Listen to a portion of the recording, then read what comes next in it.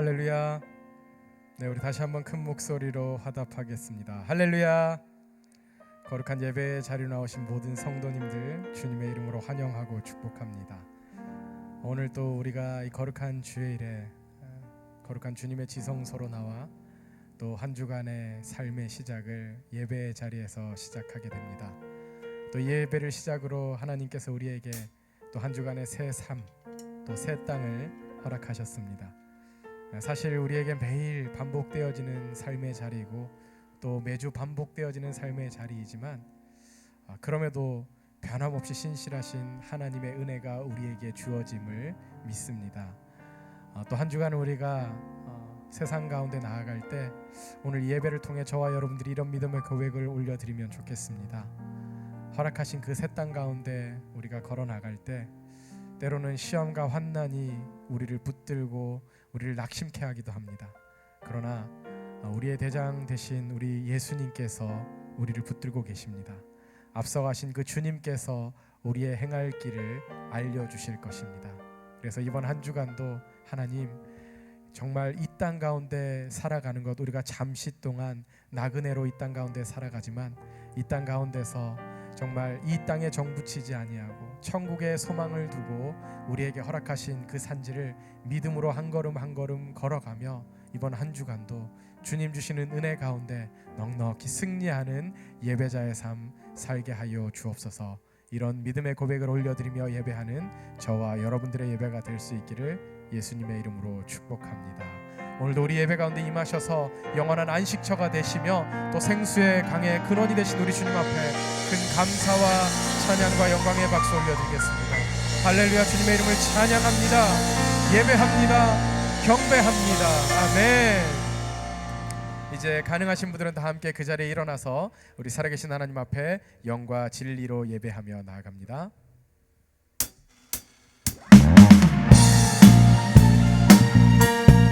힘차게 박수치며 허락하신 새 땅 가운데 우리가 믿음으로 걸어가기를 원하시는 그 주님의 음성에 귀 기울이며 함께 우리 믿음으로 고백하며 찬양합니다.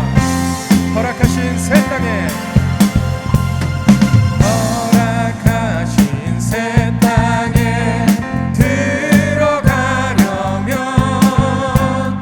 마음의 준비 다하여 힘써이라세. 시험 환난 당해도 낙심 말고서 맘의 걱정 버리고 힘써이라세. 여호수아 본 바다 앞으로 가세. 우리 거할 저손은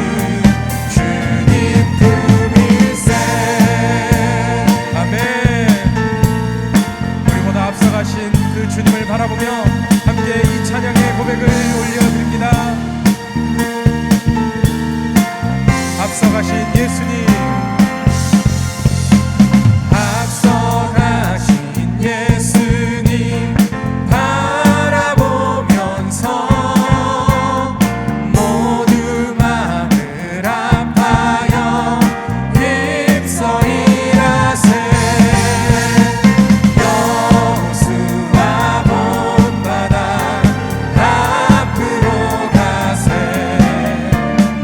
우리 거할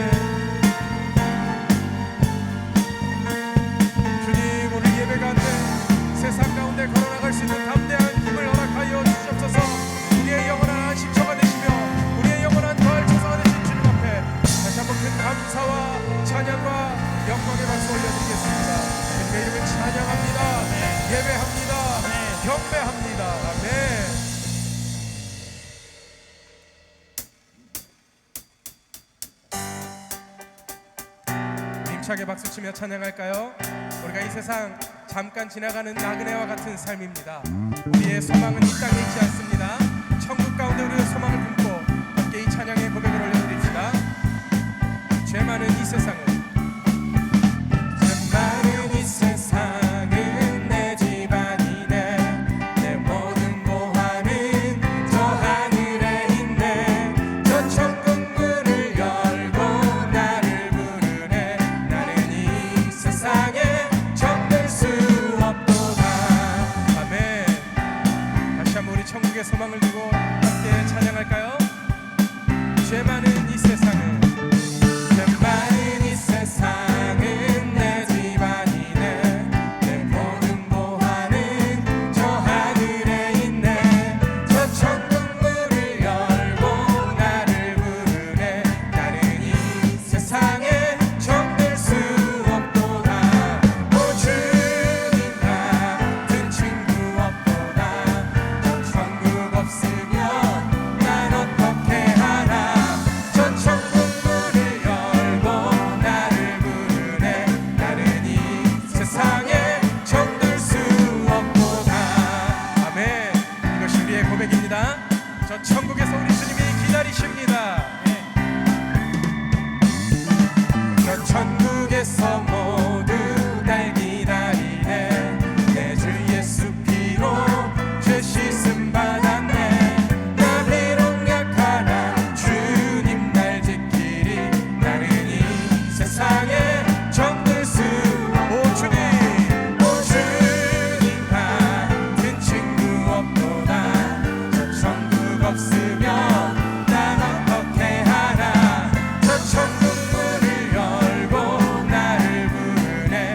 나는 이 세상에 정들 수 없도다. 아멘.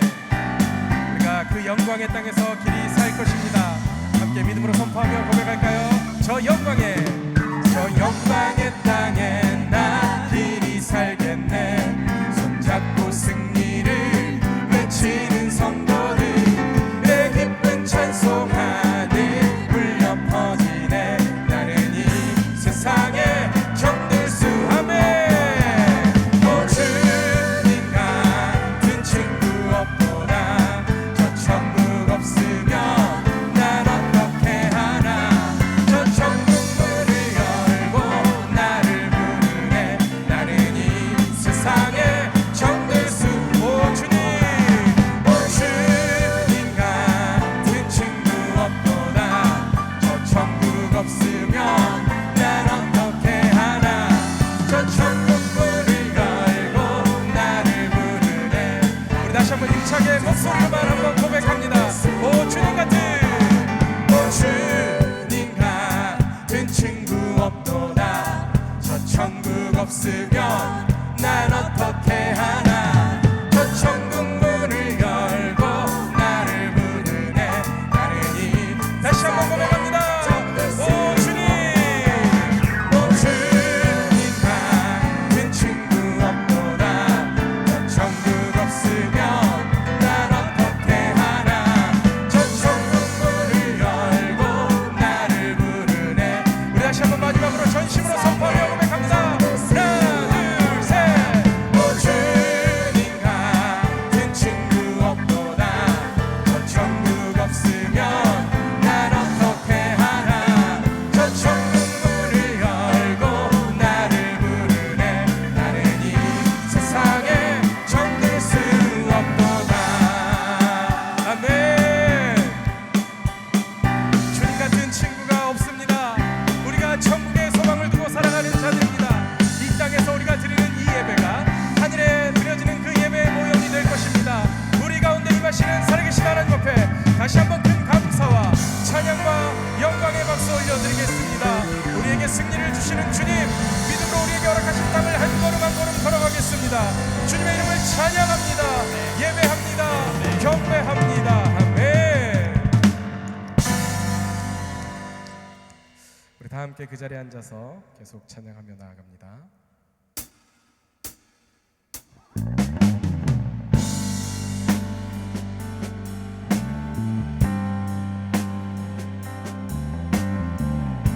이번 한 주간도 이 땅을 살아가 많은 적들과 견고한 성이 나를 두렵게 할지라도 우리 주님만을 신뢰하며 또 우리 주님만을 의지하며 주님이 주시는 담대함으로 나아가겠습니다.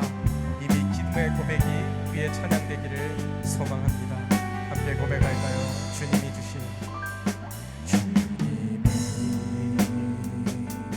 주신 땅으로 한 걸음씩 나아갈 때에 수많은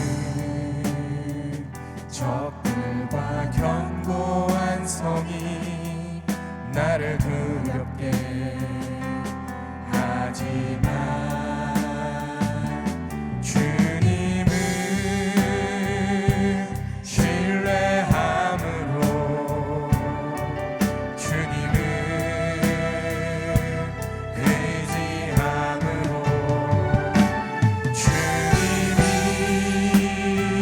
주님이 주시는 담대함으로 큰 소리 외치며 나아가네. 이 산지를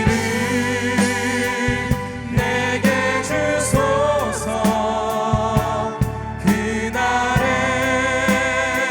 주께서 말씀하신 이제 내가 주님의 이름으로 그 땅을 취하리니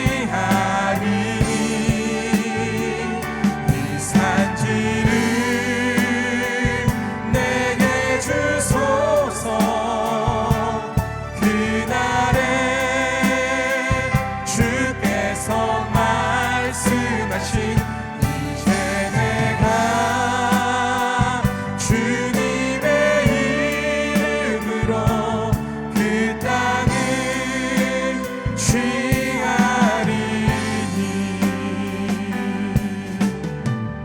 주님이 주신 주님이 주신 땅으로 한 걸음씩 나아갈 때에 수많은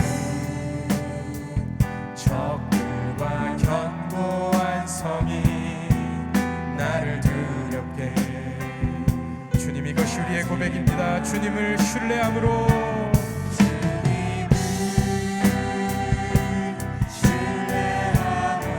주님을 의지함으로 주님이 주시는 담대함으로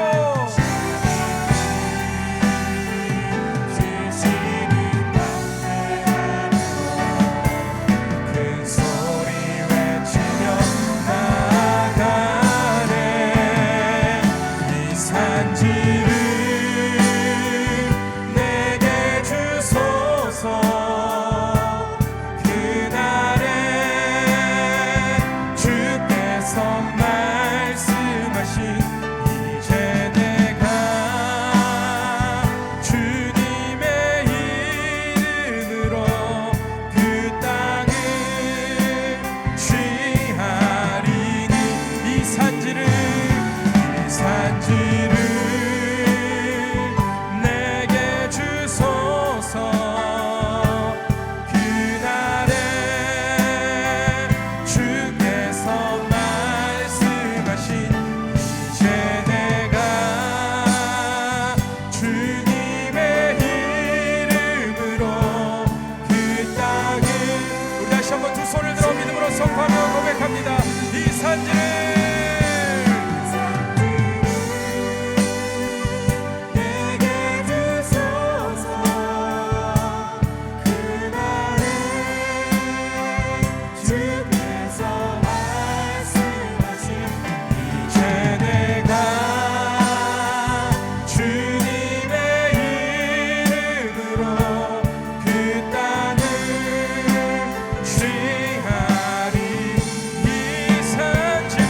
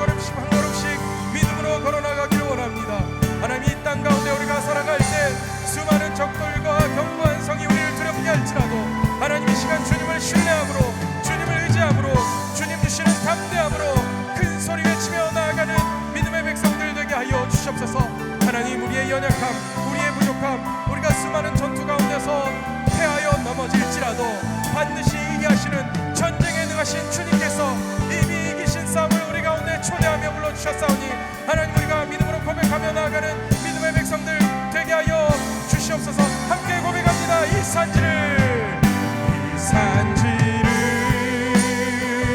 내게 주소서. 그날에 주께서 말씀하신 이제 내가 주님의 이름으로 그 땅을 취하리니 이 산지를 내게 주소서.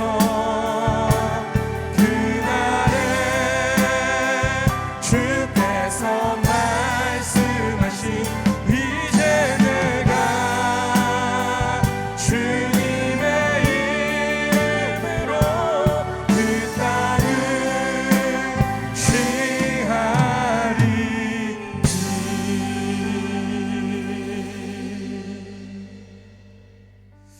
이제 우리 가슴에 손을 얹고 우리 한 주간의 삶을 돌아보며 우리가 회개하면서 잠잠히 묵상으로 기도하며 더 깊은 예배의 자리로 나가면 좋겠습니다. 하나님께서 우리에게 믿음으로 이 길을 걸어가라고 약속하셨건만 그렇게 베풀어 주신 은혜가 하늘같이 높고 바다같이 넓은데 우리는 여전히 세상의 많은 문제들로 인해 우리가 두려워하고 또 세상의 가치관을 따라가면서 하나님, 이 세상이 우리의 영원한 집이 아닌데 세상에서 부귀영화를 누리며 그렇게 세상의 노예로 살아갔던 저희들의 모습입니다. 하나님, 이 시간 다시 한번 간절히 기도하며 나아갑니다. 하나님, 우리 안에 천국을 소망하고 하늘의 것을 소망하는 믿음을 허락하여 주옵소서.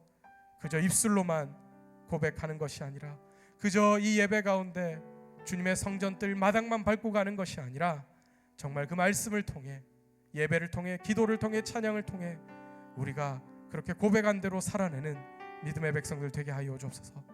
다시 한번 이 믿음의 결단을 올려드리며 한 주간의 삶을 돌아보며 잠잠히 묵상함으로 함께 기도하면서 더 깊은 예배의 자리로 나아갑니다. 우리 조용히 묵상으로 함께 회개의 기도를 올려드리겠습니다.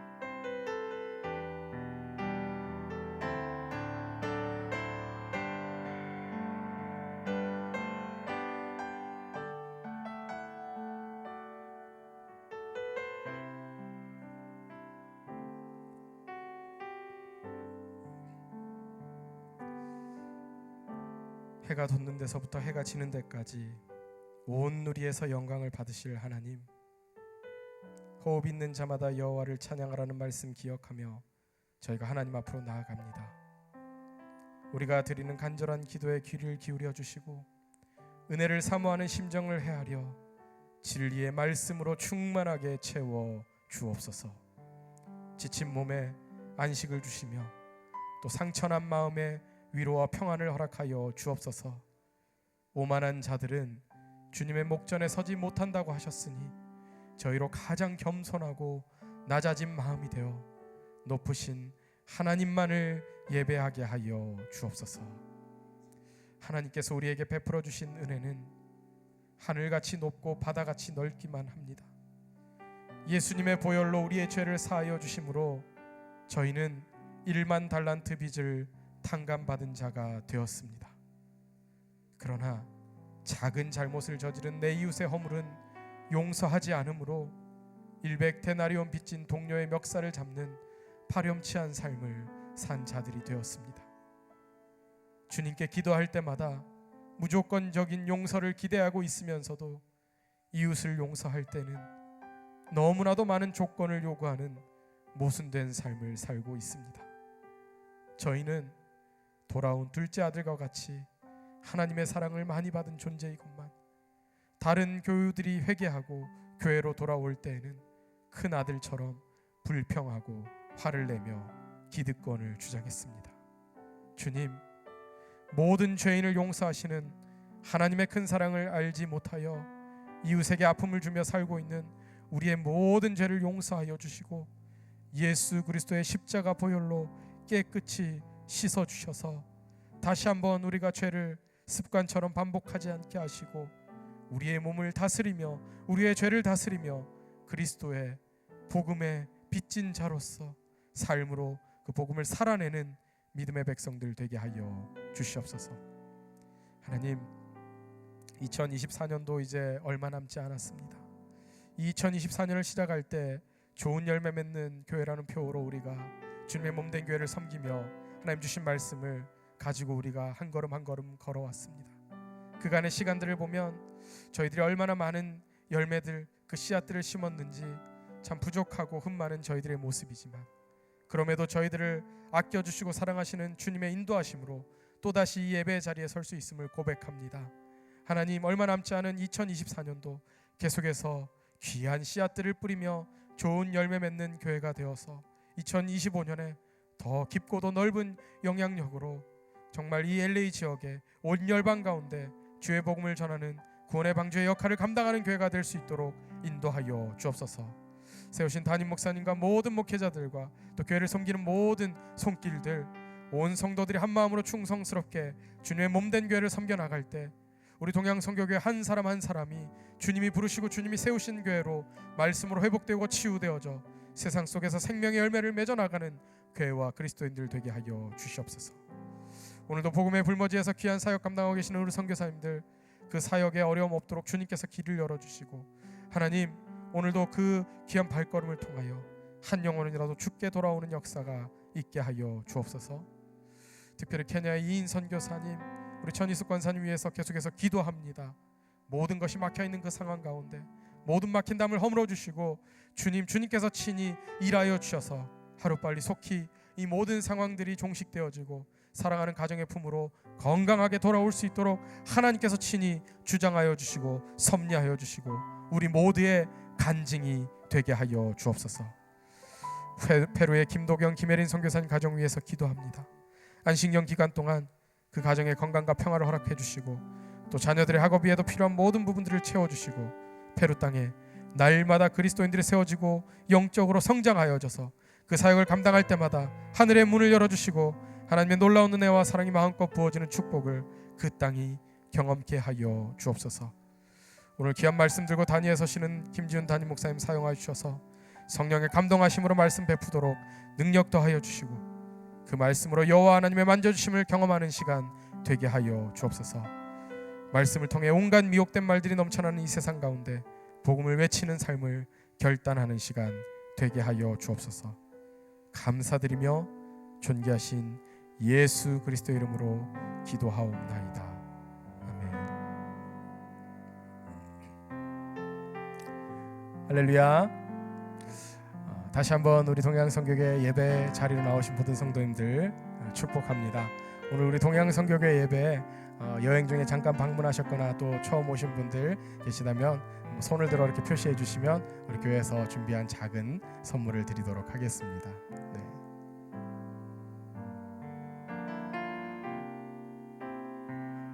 네, 저기 계시고 여기 계신데 함께 우리 박수로 축복하도록 하겠습니다. 네, 예배가 끝나고 또 그냥 가지 마시고 함께 우리 새가족 부원들과 담당 목사님 만나고 교제하시면서 또 좋은 시간 보내고 가시면 좋겠습니다. 이 시간에 우리 함께 예배하는 우리 성도님들, 우리 서로를 축복하면서 함께 좀 따뜻한 사랑의 인사 나누면 좋겠는데요. 우리 함께 옆에 분들, 앞뒤 계신 분들 바라보시면서 우리 환한 미소로 함께 서로 축복하며 인사합시다. 우리 옆에 분들 한번 바라보시면서 오늘도 함께 예배함이 참 기쁨입니다. 우리 그렇게 한번 적극적으로 한번 인사하도록 하겠습니다. 오늘도 함께 예배함이 참 기쁨입니다. 아멘. 네. 우리 시간 그 마음을 담아서 함께 서로에게 손을 뻗어서 함께 성도의 모습 속에 보이는 하나님의 형상 아름다워라 함께 찬양으로 고백합니다. 성도의 모습 속에 보이는 하나님 형상 아름다워라 존귀한 주의 자녀 됐으니 사랑하며 섬기리. 우리 모임 가운데 임하신 주님께 두 손 들어 찬양합니다. 우리의 모임 중에 임하신 하나님 영광 아름다워라 존귀한 왕이 여기 계시니 사랑하며 섬기리. 우리 다시 한번 서로에게 따뜻한 환영과 또 격려와 축복의 박수 보내도록 하겠습니다. 감사합니다. 네, 교회 소식을 전해드리겠습니다. 주보를 참고해 주시기 바랍니다. 11월 부서장 회의 및 정기 당회가 11월 16일 토요일 오전 9시에 우리 북카페와 당회실에서 진행이 됩니다. 지난 주일 2025년 공동회의 안건 결과를 알려드리겠습니다.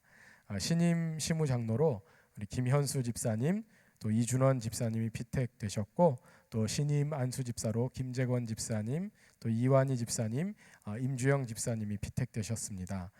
피택되신 분들이 교회를 잘 섬기실 수 있도록 함께 기도해 주시면 좋겠고요. 또 1부와 2부 예배 때는 인사를 드렸었는데요. 또 각자 부서로 이렇게 또 섬기러 가신 분들이 계시고, 지금 두 분 우리 집사님이 이 자리에 계시는데 잠깐 일어나셔서 우리 이완희 집사님하고 임주영 집사님 잠깐 일어나 주시면 함께 우리 박수로 네 격려하시고 또 우리 교회를 위해서 또 귀하게 잘 섬겨갈 수 있도록 함께 기도해 주시면 고맙겠습니다. 새벽 기도에 대한 광고를 드립니다. 매주 화요일부터 토요일까지 현장과 또 온라인으로 동시에 새벽 기도를 드리고 있습니다.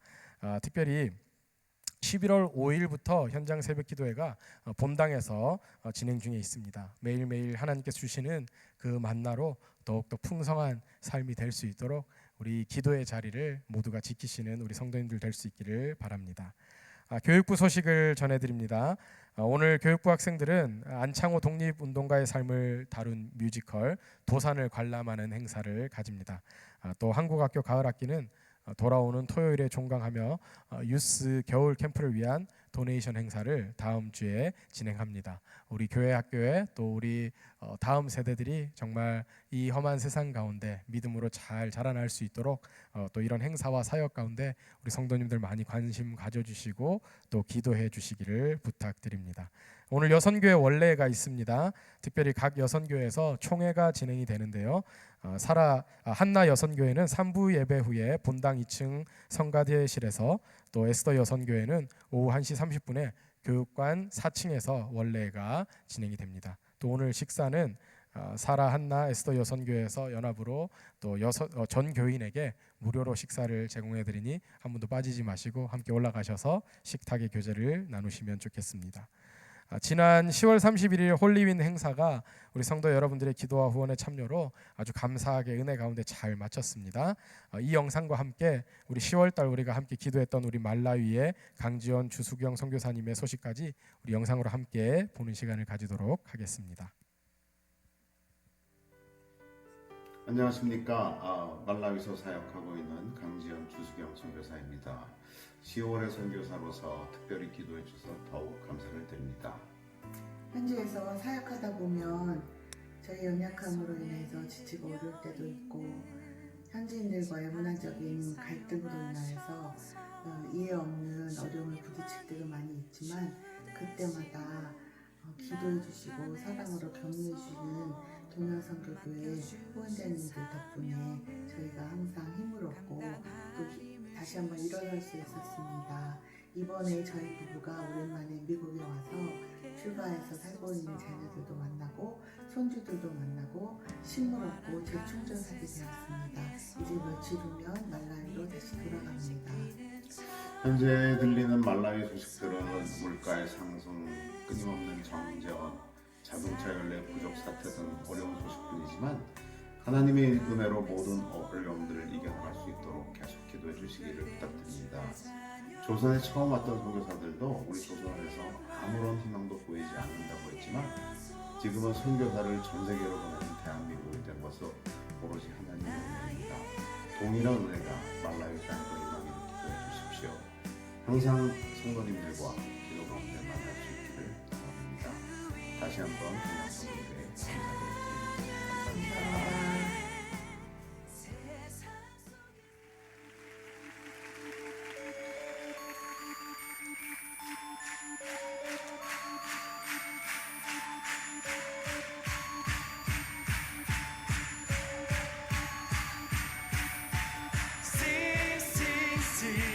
천국에 울리는 노래 싱싱싱 주님 들으시네 감사드리며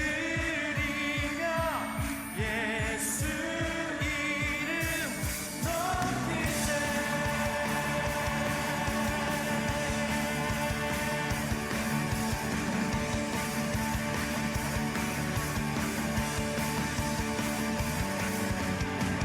사랑스러운 주님 땅과 하늘 찬양해 열방이 경배해 예수님 당신은 주 유일하신 삶의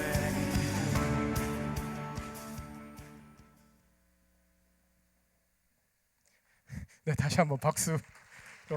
제가 지금 너무 당황했습니다. 저 영상을 제가 보지 못했는데 제가 저렇게 오뎅을 먹고 있을 줄은 몰랐습니다. 네. 제가 그렇게 많이 먹는 사람이 아닙니다. 네.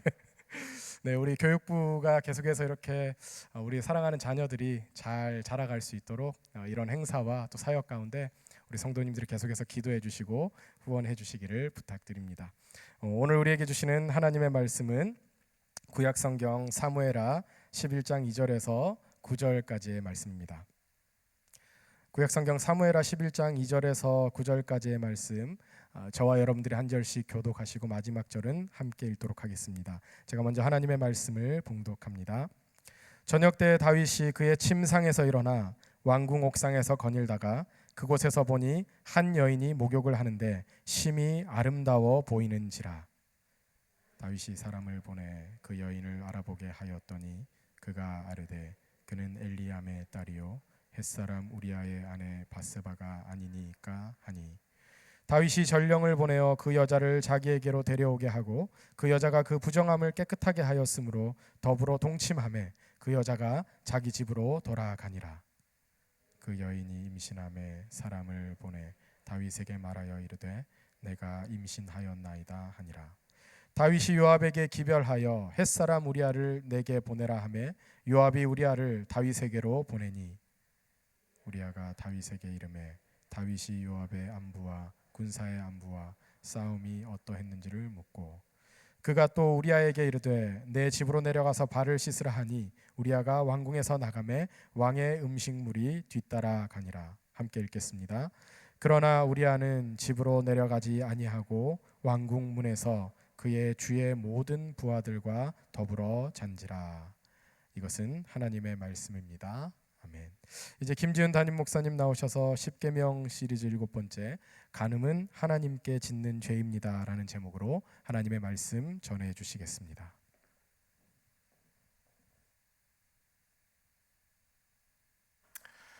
한 주간 잘 지내셨습니까? 네, 보고 싶었습니다. 여러분 많이 보고 싶었습니다. 참 좋으신 하나님의 평강과 은총이 오늘 예배 자리 나오신 모든 성도 여러분께 그리고 여러분의 삶의 자리자리에 충만하게 은혜로 임하시기를 주님의 이름으로 축복합니다. 아멘. 오늘은 십계명 시리즈 7번째 시간으로 간음하지 말라, 이 간음하지 말라라는 계명으로 여러분과 말씀을 나눠보고자 하는데요. 오늘은 고고학 이야기로 말씀을 시작해 보려고 합니다. 여러분, 1920년 고고학계에서는 정말 중요한 토판이 하나 발견되었습니다. 이라크 북부 지역에서 발견된 보하츠쾌라는 토판인데요. 화면을 보시는 것처럼 바로 이것인데 고대 히타이트 시대의 것입니다. 근데 이게 왜 중요하냐면 여러분, 이 토판이 고대 히타이트 시대였다는 것은 십계명이 기록된 시기와 동시대, 십계명과 같은 시대의 토판이라는 말인데, 그래서 학자들이 이 토판을 번역하고 연구해 보았는데 이걸 연구했던 신학자들이 하는 말이 이 토판으로 인해서, 이 토판 때문에 이제야 십계명이 무엇인지를 정확하게 알게 되었다라고 이야기를 합니다. 여러분, 이 토판은 당시 고대 근동에 약속을 맺는 방식이 기록되어 있는데요, 특히나 왕과 왕이 다스리는 백성 간, 이 두 인격체 간의 조약을 맺는 방식이 나와 있습니다. 이것은 그 당시 사람이라면 누구나 다 알고 있는 방식이었는데요, 일단 이 조약을 맺게 되면 왕은 이때부터 목숨을 걸고 백성들을 지켜줘야 하고, 또 백성들은 왕에게 마음을 다해서 충성을 다해야 하지요. 그런데 이때 조약을 맺는다는 건 단지 손가락만 고리 걸고 약속을 하는 것이 아니라 성대한 예식을 통해서 왕과 백성 간의 그 관계를 특별한 예식을 통해서 조약을 맺게 되는데, 이때 왕과 백성의 예식은 마치 결혼식을 하는 것과 동일한 예식을 갖게 됩니다. 여러분, 결혼을 하신 분도 있고 안 하신 분도 있지만 결혼을 했던 기억이나 혹은 결혼식을 봤던 기억을 떠올리시면 좋겠는데요, 결혼식은 보시는 것처럼 크게 세 부분으로 나누어 생각할 수 있습니다. 첫째, 결혼식을 하게 되면 예식의 맨 처음에 신랑이 누구인지 또 신부가 누구인지 서로 소개를 하게 되고요, 둘째는 신부가 그리고 신랑이 사랑의 서약을 하게 되면 그 후에는 똑같은 반지를 두 사람이 나누어 끼게 됩니다. 이제 두 사람이 변하지 않는 관계를 맺는다는 의미로 같은 반지를 두 사람이 손에 나누어 끼게 되지요. 그리고 세 번째는 이 결혼식의 하이라이트일 수 있는데, 이 사람들과 이 결혼식에 참여한 모든 사람들과 피로연을 열면서 온 하객들이 음식과 그 음료수를 나누어 먹게 되는데요, 그런데 이 결혼식의 형식과 순서들이 여러분, 십계명이 나오는 구약성경 출애굽기에 동일하게 그 내용이 나온다는 사실입니다. 첫째, 신랑 신부 소개에 해당하는 이 부분이 십계명 바로 앞에 십계명이 나와 있는 출애굽기 19장에 나와 있는데요, 그래서 이스라엘 백성들은 하나님의 소유된 백성이다, 그들이 하나님의 소유된 백성이라고 소개되고, 하나님도 이들에 대해서 한 분 하나님이라고 그렇게 인사와 함께 소개가 나오게 됩니다. 그리고 둘째로, 결혼식에 신랑과 신부 두 사람이 반지를 나누어 끼는 것처럼 여러분, 하나님과 이스라엘 백성들도 두 개의 똑같은 십계명 돌판을 나누어 가집니다. 그래서 십계명 돌판이 두 개입니다. 그리고 이 십계명의 약속을 꼭 지켜서 생명의 관계가 이어지게 되는 것이죠. 만들어지게 되는 것이죠. 마지막 세 번째는 이 모든 예식이 완성되었다는 의미로 음식을 먹고 음료를 마시는 그 피로연이 진행되는데요, 그래서 십계명이 나오는 바로 뒤에 출애굽기 24장에 보면 이스라엘 백성들이 하나님 앞에서 먹고 마셨다는 표현이 나옵니다. 출애굽기 24장 11절에 보면 이스라엘의 지도자들이 하나님을 뵈며 먹고 마셨다라고 하지요. 이로써 하나님과 이스라엘 백성 사이에는 생명의 언약, 끊을 수 없는 단단한 사랑의 언약이 맺어지게 되는데요. 그러면 여러분, 이 언약을 맺게 되게 되면 그 이후에는 하나님과 이스라엘 백성들의 관계는 왕과 백성들의 사이가 되기도 하지만, 사실 결혼식을 마친 신랑 신부처럼 이때부터는 절대 나눌 수 없는 사랑의 관계, 생명의 관계로 두 인격체가 연합하게 되고 끈끈하게 맺어지게 되는 겁니다. 그리고 하나님과 이런 생명의 관계가 된다는 것을 이스라엘 백성들은 그 시대 속에 살았기 때문에 모두가 이 사실을 잘 알고 있었는데요. 그런데 여러분, 하나님께서 왜 이런 언약을 하나님 앞에서 이스라엘 백성들과 맺게 되시냐면 이유가 있습니다.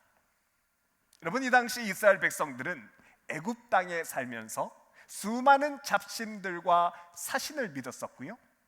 또한 광야를 지나면서는 바알과 바알볼, 그리고 이방의 몰렉신과 같은 여러 신들을 보면서 다른 이방 신들에게도 마음을 빼앗긴 적이 있습니다. 그런데 하나님과 이 언약의 체결을 딱 맺고 난 후부터는 이들이 이 언약을 맺은 하나님을 향해서는 모두가 한 마음이어야 합니다.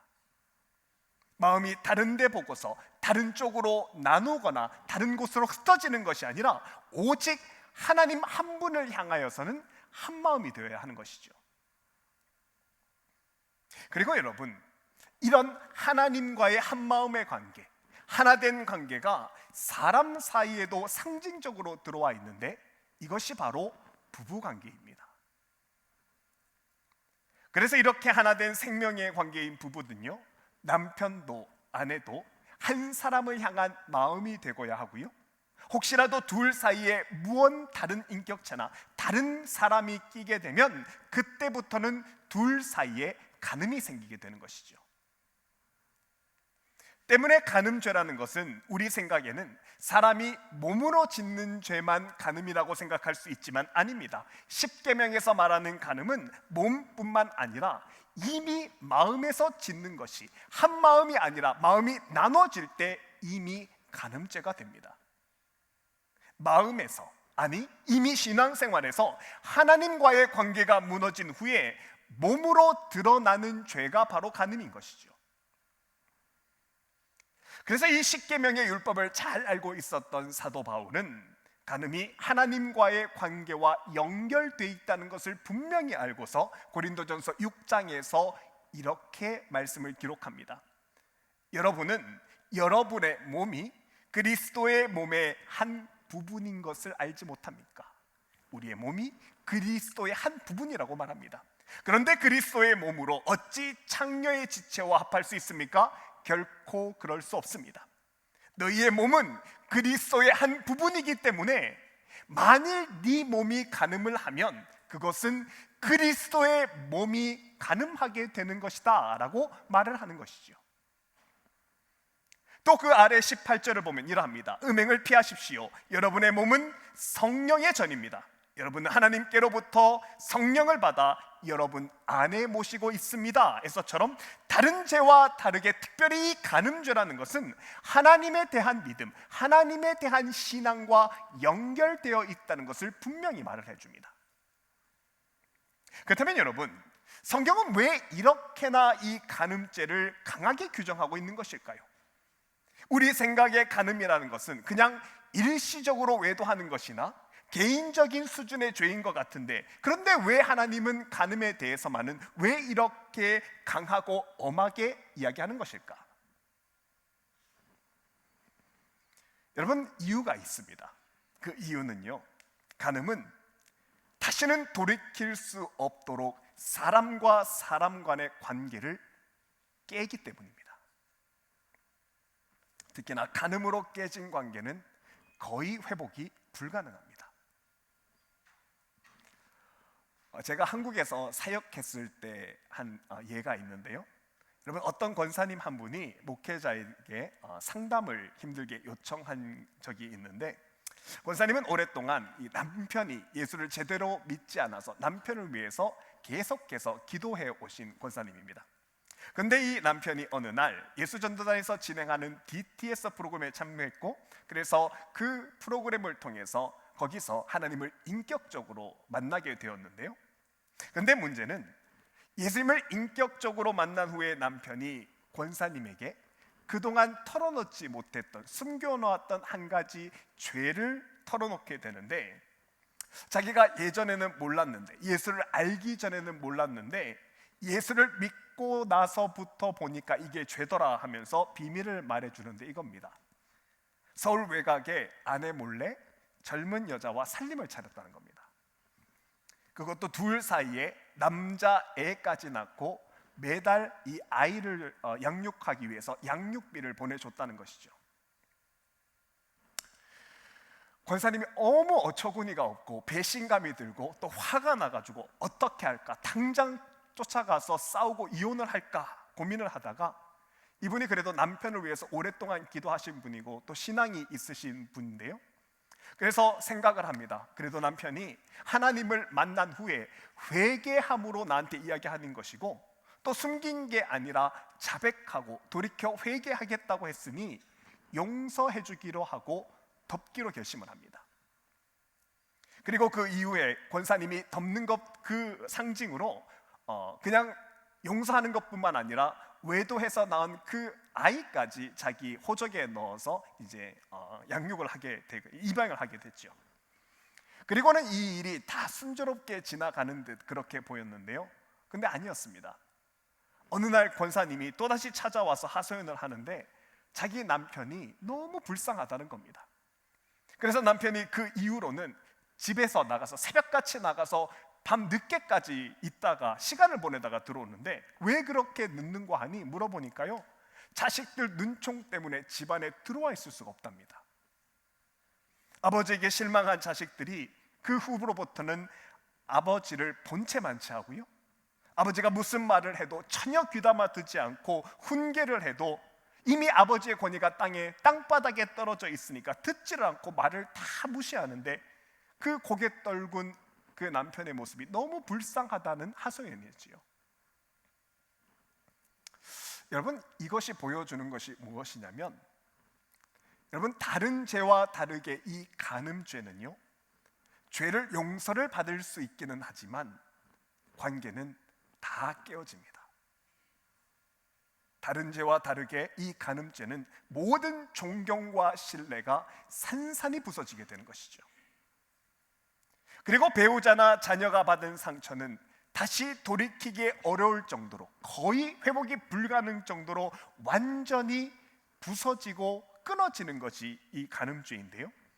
그래서 최근에 2020년도에 발표된 외도에 관한 연구를 보면, 여러분, 미국의 경우에는 남자가 외도한 경우에는 50% 이상이 이혼을 당한 후에 가족들에게 버림을 받고, 한국의 경우에는 85%의 사람이, 남자들이 가정에서 이혼하고 깨지고 그 남자는 자녀들에게까지 버림을 받더라라는 연구 결과를 보여주고 있습니다. 혹시라도 이야기를 듣고 어떤 분들은 그러면 아이고 그 아내한테 이야기하지 말 걸 그랬지, 들키지 않아야지 이렇게 생각할 수도 있지만, 이런 분들께 참 죄송하지만 여러분, 사탄은요, 사람이 간음죄를 지을 때는 가만히 내버려 둡니다. 가만히 아무 일도 없는 것처럼 그 죄를 즐기기 그렇게 하죠. 하지만 기다리고 기다렸다가 그 사람이 가장 높이 들림을 받았을 때, 혹은 화려할 때 그를 치면 단번에 그 사람을 와르르 무너뜨릴 수 있는 그 타이밍을 기다렸다가 다시 회생하지 못하게 치는 것이 사탄이라는 것을 꼭 기억하시기 바랍니다. 사실 이 간음죄가 단지 개인적인 죄가 아니라 사람과의 관계와 심지어 사회 공동체를 깨부순다는 것에 대해서는 여러분, 여러 연구를 통해서 이미 증명이 되었는데요, 여러분도 아시는 것처럼 20세기 초에 프로이트라는 학자가 사람의 성욕구는 막을 수 없는 것이다, 사람의 기본은 성욕구이기 때문에 그것을 막지 못하는 것이라고 말한 적이 있습니다.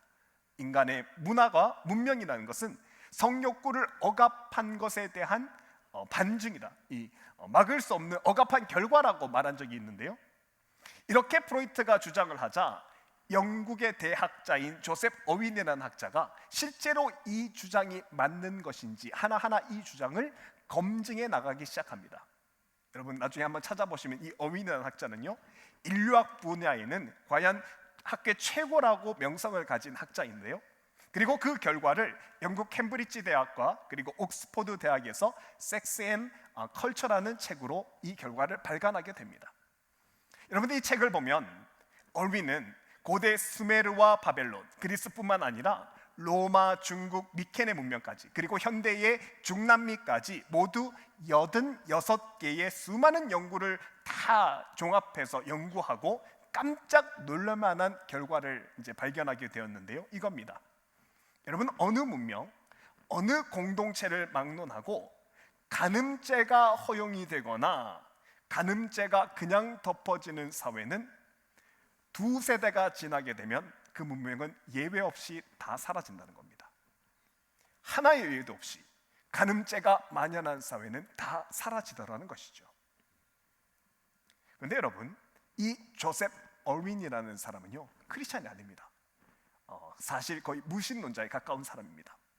그럼에도 이 조셉이 발표한 연구 결과를 보면 한 사람의 남자가 한 여자를 아끼고 사랑할 때 그 사회와 문명과 경제가 가장 크게 발전하더라는 겁니다.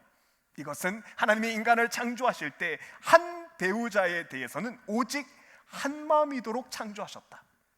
이것이 지켜질 때, 한 마음이라는 것이 지켜질 때 가장 안정적이고 그리고 가장 사랑이 그리고 또 경제가 또 여러 가지 문명이 잘 움틀 수 있다는 것을 문명의 역사에서도 확인할 수 있다는 것을 보여주는 연구였습니다. 그러면 여러분, 이렇게 관계를 깨는 간음죄, 돌이킬 수 없는 관계를 만들고 마는 이 간음죄를 우리가 조심하고 또 조심해야 되는데요, 그런데 이 간음죄를 우리가 언제 짓게 되느냐 하는 겁니다. 그것을 잘 보여주는 것이 오늘 본문의 말씀인데요, 여러분, 간음죄는요 하나님과 영적인 관계와 긴밀하게 연결되었기 때문에 하나님과의 관계가 느슨해지면 이내 고개를 들기 시작하는 것이 간음죄입니다. 그래서 오늘 본문에 보면 다윗이 간음죄를 짓는데, 여러분, 이때는 여지없이 다윗이 영적으로 나태함에 빠져 있습니다. 여러분, 우리가 다윗의 삶을 잘 알고 있지만 다윗은요, 그가 긴박할 때나 어려울 때, 하나님 앞에서 마음이 정말 가난할 때는 결코 죄를 짓지 않았습니다. 특히나 사울이 그를 죽이려 했던 그 시간에, 그 어려움의 시간 동안에 다윗은 그가 붙들 수 있는 대상이 하나님의 한 분이었기 때문에 결코 그 어려운 시간에는 죄를 짓지 않았습니다. 그런데 다윗이 언제 간음죄를 짓게 되느냐? 그동안 다윗을 괴롭게 했던 모든 것들이 잠잠해지고 이제 왕이 되어서 많은 것들이 편안해지고 안정화되고 누릴 수 있는 것들이 많아지게 되자, 그때 그 순간에 다윗이 간음죄를 짓더라는 것이죠. 다윗에게 점차 자기 힘으로 할 수 있는 게 많아지고, 그래서 정해진 기도 시간과 예배 드림에 있어서 그의 마음이 점점 소홀해지기 시작하면서 다윗은 서서히 영적으로 나태해지기 시작했는데요, 그래서 그가 간음죄를 지은 후에 다윗이 왜 간음죄를 지었는지 하나님께서 그 원인을 분명하게 이야기해 주시는데, 하나님은 이것이 하나님을 업신여긴 죄라고 말씀하십니다. 사무엘하 12장을 보면요, 어찌하여 네가 여호와의 말씀을 업신여기고 나보기에 악을 행하였느냐? 이제 내가 나를 업신여기고 햇사람 우리아의 아내를 빼앗아 네 아내로 삼았은즉 칼이 내 집에서 영원토록 떠나지 아니하리라. 잘 보십시오, 여러분. 간음죄는요, 단지 순간적인 실수나 우발적인 욕정에 의해서 짓는 죄일 뿐만 아니라 하나님을 잊어버린 결과라고 말을 합니다. 하나님의 존재를 잊어버린, 하나님을 업신여긴 죄의 결과라고 이야기를 하지요. 다윗 속에 되어야 할 하나님과의 관계가 끊어져 하나님의 존재를 잊어버린 결과라고 하나님께서 분명히 말씀해 주십니다. 여러분, 간음죄가 정말 무서운 것은 다윗의 이 죄는요, 단지 간음죄에서만 끝나는 것이 아니라 자신의 죄를 숨기기 위하여 살인을 교사하는 데까지 이릅니다. 본문 뒤에 사무엘하 11장을 보면 이런 구절이 적혀 있습니다. 다윗은 그 편지에 다음과 같이 썼다. 너희는 우리아를 전투가 가장 치열한 전선 앞으로 나아가다가 너희만 그의 뒤로 물러나서 우리아만 맞아 죽게 하여라. 이때는 전쟁 상황이었는데요, 다윗이 편지를 쓰는 겁니다. 다 전선 앞으로 몰려나가지고 싸울 때 너희는 뒤로 물러나고 우리아만 맞아 죽게 하여라. 여러분, 정말 무섭지 않습니까? 분명히 다윗은요, 우리가 잘 아는 것처럼 주님, 내 입술의 말과 내 작은 마음의 그 묵상까지도 하나님께 연락되기를 바란다고 고백했던, 누구보다도 하나님 앞에서 진실하고 정직하던 사람이 바로 다윗이었습니다. 그런데 이런 영적인 나태함으로 시작된 이 죄, 기도 생활을 멀리하고 하나님 앞에서 말씀을 멀리했던, 예배를 느슨하게 생각했던, 어쩌면 아무것도 아니라고 느껴지는 이 기본적인 생활이 무너짐을 통해서 다윗의 입술에는 이런 말이 나옵니다. 우리야만 맞아 죽게 하여라. 여러분, 특별히 이 간음죄로 인해서 다윗은 그 이후에도요, 아들 압살롬에 의해서 반역을 당하고, 특히나 다윗이 정욕죄를 저지르, 간음죄를 저질렀던 밧세바의 친할아버지이자 자신의 신복인 아히도벨에 의해서 배신을 당해서 나라가 넘어질 수밖에 없었던 그런 큰 위기에 빠지기도 합니다. 여러분, 이것이 바로 간음죄의 무서움입니다. 여러분, 이 간음죄는요, 한번 믿는 자의 집에 발을 들어놓으면 결코 그냥 나가지 않습니다. 흙이 묻은 발로 집안에 들어가서 완전히 그 발로 온 집안을 다 들쑤시고 다 더럽게 한 뒤에 꼭 한 사람의 영혼을 죽이고 모든 관계를 다 끊어버립니다. 이것이 간음죄의 무서움이지요. 그래서 여러분, 우리 그리스도인에게 기도와 우리가 지금 예배 드리고 있는 이 예배 시간은요, 그리스도인의 영적인 뼈대와 같은 정말 중요한 순간이고요, 또한 우리 그리스도인들에게 회개라는 것은 단지 예수를 처음 믿을 때 하는 것이 회개가 아닙니다. 예수를 믿으면 끊임없이 내가 작은 죄에도 노출되지 않도록 내 자신의 마음과 생각과 뜻을 지켜야 하는 것이죠. 그리고 이렇게 영적인 나태함이, 교만함이 행여나 음란죄와 그리고 살인죄와 연결되지 않도록 끊임없이 죄와 싸우는 과정이 우리 믿는 자의 믿음의 여정이라는 사실입니다. 그런 의미에서 여러분, 그럼에도 불구하고 다윗이 이후에, 간음죄 이후에 다윗을 보면 정말 대단하다고 생각되는 것이, 다윗은 이 간음죄에 빠졌었지만 그럼에도 불구하고 하나님이 다윗을 변함없이 사랑하는 데는 이유가 있습니다. 여러분, 다윗은 한 번 빠졌던 죄에서 돌이키면요, 그 죄에서 한 번 회개하면 다시는 그 죄를 반복하지 않기 위해서 죽는 날까지 노력했던 사람이 다윗입니다. 그래서 다윗 열왕기상 1장에 보면 이런 다윗의 노력이 나오는데요, 3절 말씀을 보면 이러합니다. 이스라엘 사방 영토 내에 아리따운 처녀를 구하던 중 스넴 여자 아비삭을 얻어 다윗과 함께 데려왔으니 이 처녀는 심히 아름다워 그가 왕을 받들어 시중을 들었으나 왕이 잠자리는 같이 하지 아니하였더라. 여러분, 여기에 보면 노년의 다윗이 자기의 시중을 들어줄 수 있는 여인을 옆에 두는데, 그런데 이 여인과는 잠자리를 같이 하지 않았다고 하는데요, 왜 그런 줄 아십니까? 여러분, 다윗은요, 이 일 이후에 자신이 정욕죄, 음란죄에 취약하다는 사실을 명확하게 기억하고 있는 겁니다. 내가 약하구나, 내가 이 죄에 대해서는 넘어질 수밖에 없구나라고 생각하신 것이죠. 그래서 그는 예전에 내가 이 죄를 회개했으니 이제는 괜찮겠지라고 방심하는 것이 아니라, 그는 평생 동안 또다시 이 죄에 넘어지지 않도록 그 환경 자체를 만들지 않았다는 겁니다. 이것을 오늘 본문을 통해서 하나님께서 우리에게 이야기해 주시는 것이죠. 우리의 모습도 다윗처럼 내가 음란죄와 간음죄의 약한 존재라는 것을 항상 기억하며 다시는 죄된 모습으로 돌아가지 않도록 하나님께서 이 말씀을 우리에게 허락해 주셨다는 사실입니다. 사랑하는 여러분, 오늘 다윗이 지었던 죄, 밧세바를 범한 간음죄와 충신 우리아를 살인한 이 살인으로 연결된 이 죄는요, 어쩌면 아무것도 아닌 것처럼 느껴지는 영적 나태함, 기도와 예배를 소홀히 하는 정말 사소한 것에서부터 다윗의 내면에 들어왔다는 것을 꼭 기억하실 수 있기를 바랍니다.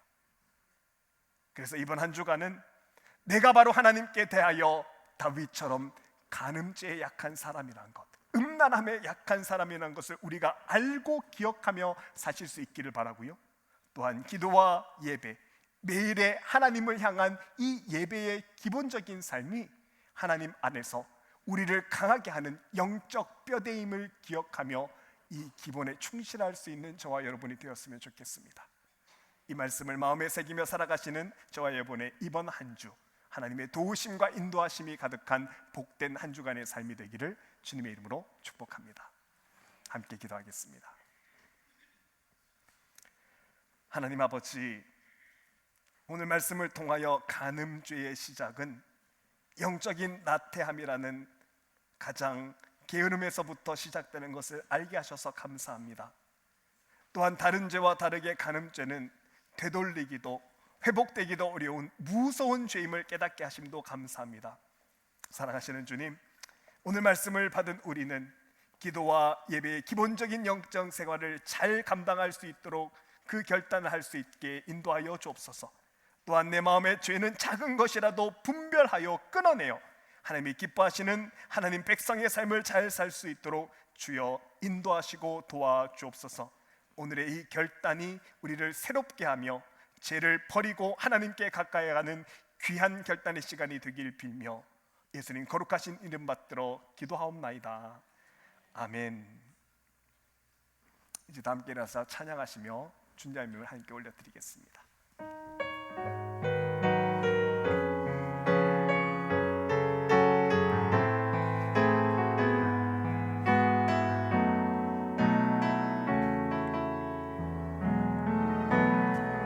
세상을 살아가는 동안에 나의 힘을 의지할 수 없으니 기도하고 낙심하지 말 것을 주께서 참 소망이 되심이라. 하나님의 꿈이 나의 비전이 되고 예수님의 성품이 나의 인격이 되고 성령님의 권능이 나의 능력이 되길 원하고 바라고 기도합니다. 걸어가는 동안에 세상에 거두지할 수 없으니 감사하고 낙심하지 말 것을 주께서 참 기쁨이 되심이라. 하나님의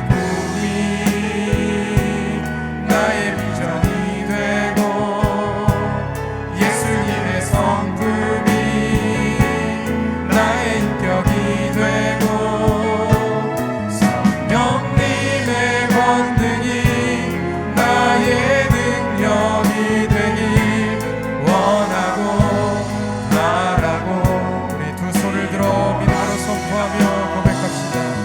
하나님의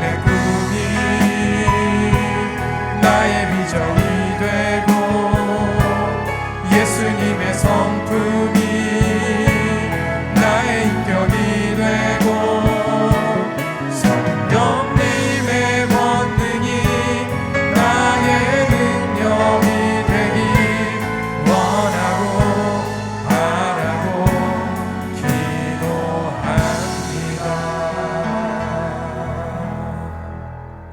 오늘은 특별히 우리 최희봉 권사님 장례를 마치고 유가족들이 잠시 참여했는데 우리 유가족들 위해서 함께 기도하고 거듭의 기도 드리겠습니다. 하나님 아버지, 고 최희봉 권사님의 장례를 마친 우리 유가족들 오늘 예배 자리로 나왔습니다. 이들을 위로하시고 하늘의 소망으로 채워주시기를 간절히 기도합니다. 이들이 평생 고인을 사랑하여 인도하신 하나님을 바라보며 우리 최희봉 권사님 살아생전 주님을 믿고 의지하셨던 그 동일한 믿음을 가지고 살게 인도하여 주옵소서.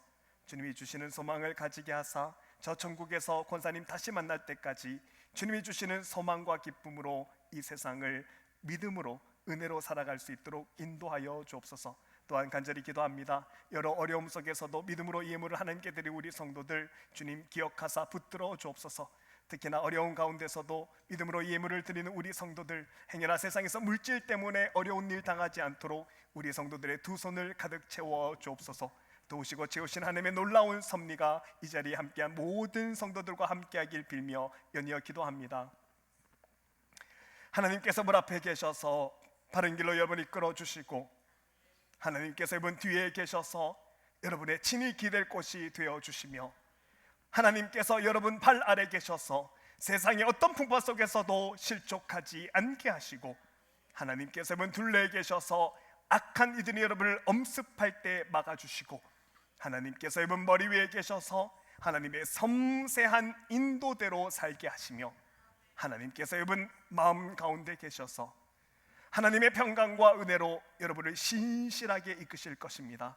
이처럼 은혜로우신 하나님이 여러분에게 평화 주시기를 빕니다. 주 예수 그리스도의 은혜와 하나님의 사랑과 성령의 우리와 동행하시고 지키시고 함께 하심이 우리 일상의 기도와 예배가 우리를 가장 강하게 하는 영적 뼈대임을 깨닫고 이번 한 주도 하나님 안에서 거룩과 정직의 기본적인 삶을 잘 살아나갈 이곳에 머리 숙인 하나님의 권속들의 믿음 위에와 이들의 가정과 믿음의 자녀들 그리고 간절히 가지고 있는 그 기도 제목 위에 그리고 고 최희봉 권사님 유가족 위에 지금부터 영원토록 함께 하시기를 예수님 존귀하신 이름으로 간절히 축원하옵나이다. 아멘.